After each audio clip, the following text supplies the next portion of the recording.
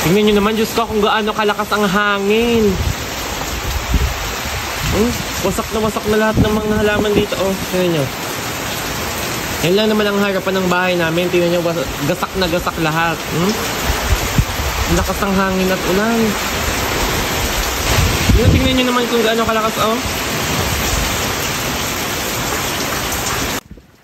Pinagsaka ng kanilang bahay. O, tingnan nyo. Gibang-giba. Gibang-giba ang si Arnel at Erdin dahil sa buboy na are. Hindi naman masisisit. Nag-alaga sila ng buboy. Mahal na mahal nila noon.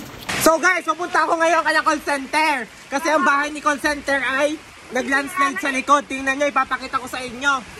Hinay, Diyos ko. Totoong landslide guys. Ang bahay ni call center nag-landslide.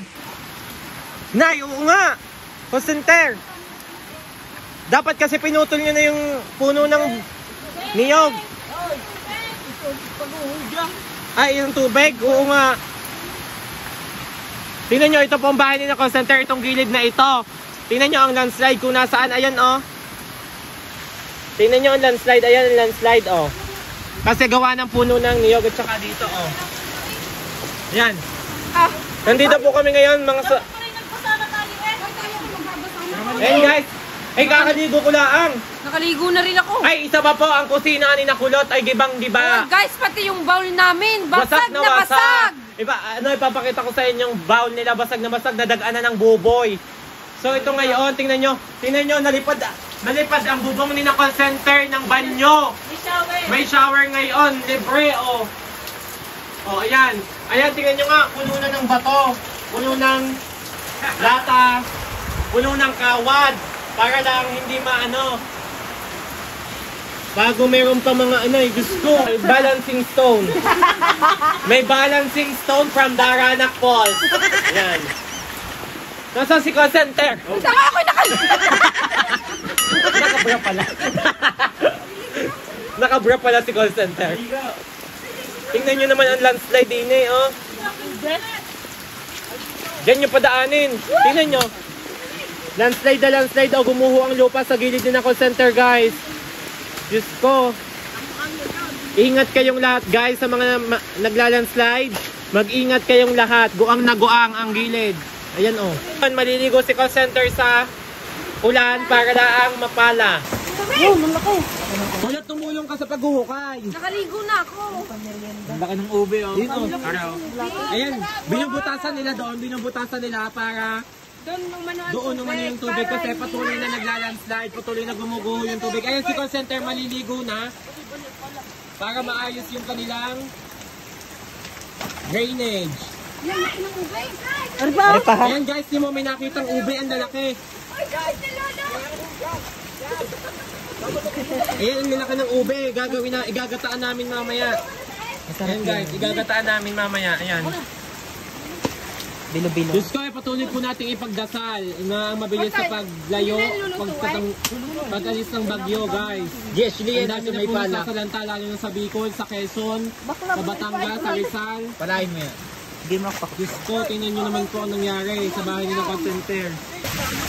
Ano masasabi mo sa netizen? Diyos ko guys, tingnan nyo ang aming bahay, ibagyan na may tayo, maguguang pa ng landslide. Tingnan nyo guys, oh, ang landslide, papakita ko sa inyo lahat. Wala kasing tigil ang ulan, tingnan nyo, ayun. Tingnan nyo, guhong-guho.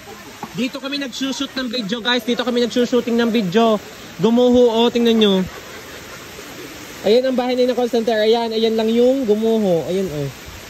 Guhong-guho siya, oh. Ala, ninang abot pala dito.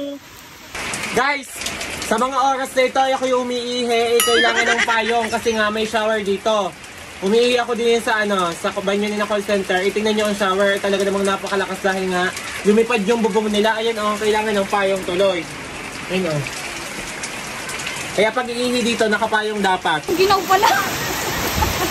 Kahapon naman hindi ka naligo.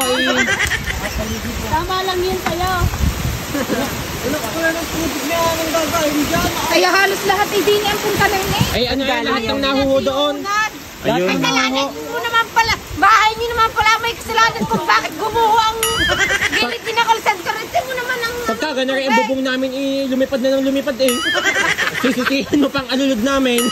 Siya may laki na yan. Hoy, sige siya ang alulod namin Guys! lipad na nga ng lipad. Hoy, lahat ng alulod ng bahay sa taas. Nandito. Dito gumuguho lahat ng tubig. Ayan, tingnan nyo oh. Ayan guys, tingnan nyo.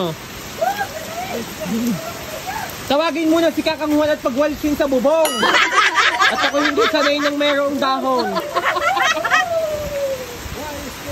Guys, ganito lang po kami pero nagdadasal po kami, masaya lang po kami.